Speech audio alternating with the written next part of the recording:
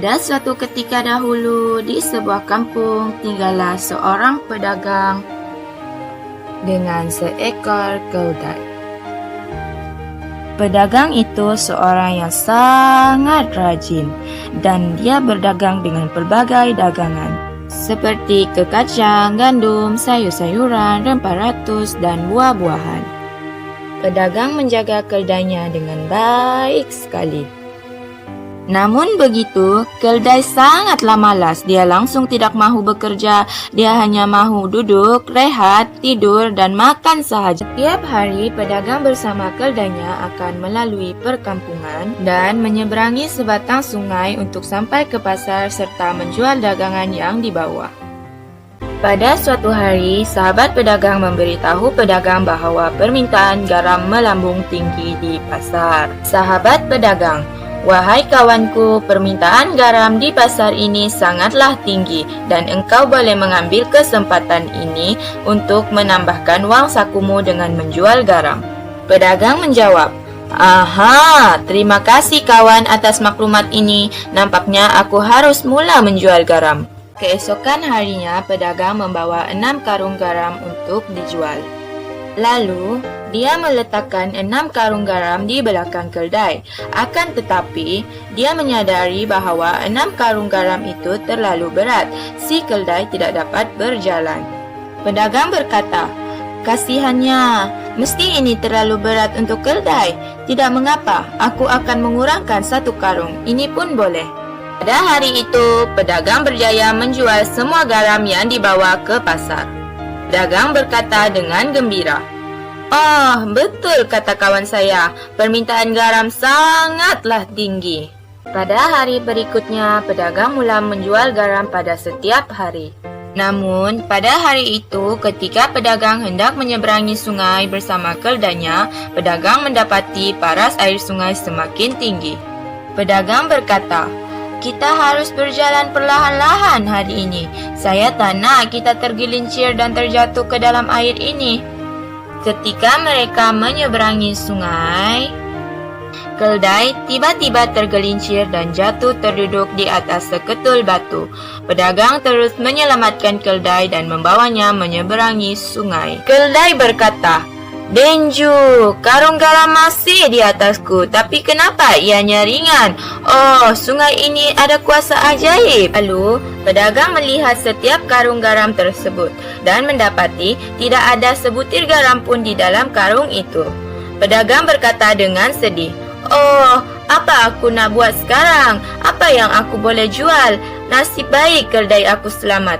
Tiada guna aku ke pasar hari ini. Baik aku pulang saja ke rumah." Keesokan hari, pedagang seperti biasa meletakkan 6 karung garam di atas keldai, lalu berjalan untuk pergi ke pasar. Keldai berkata, "Oh, semalam hari yang bahagia. Hari ini aku kena kerja.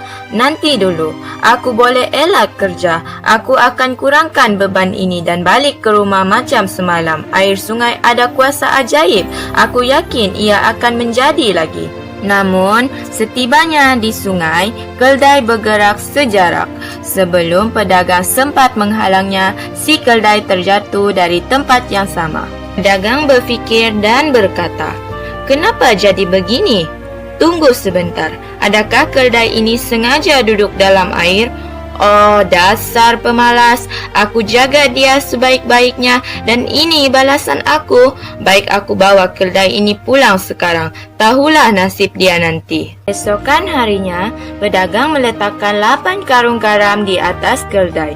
Keldai tidak merungut sedikit pun. Keldai berasa hairan dan berkata, 8 karung? Tapi kenapa ringan sahaja? Biarlah, letaklah berapa banyak karung pun aku tak kisah. Apapun, aku tidak akan ke pasar hari ini." Masa menyeberangi sungai, keldai berpura-pura jatuh dan terduduk di tempat yang sama. Tetapi, hari ini pedagang tidak membantu keldai untuk berdiri. Tiba-tiba, keldai berusaha bangun dan berkata, "Oh, tidak, belakangku. Apa yang berlaku? Kenapa semakin berat?" Denju. Pedagang seorang yang cerdik. Dia tahu si keldai akan cuba menipu lagi.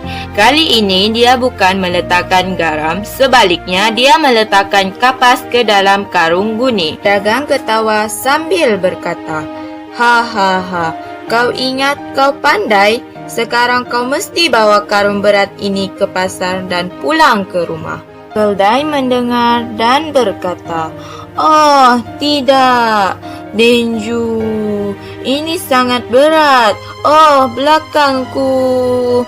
Keldai menyadari bahawa tiada keajaiban pada sungai itu.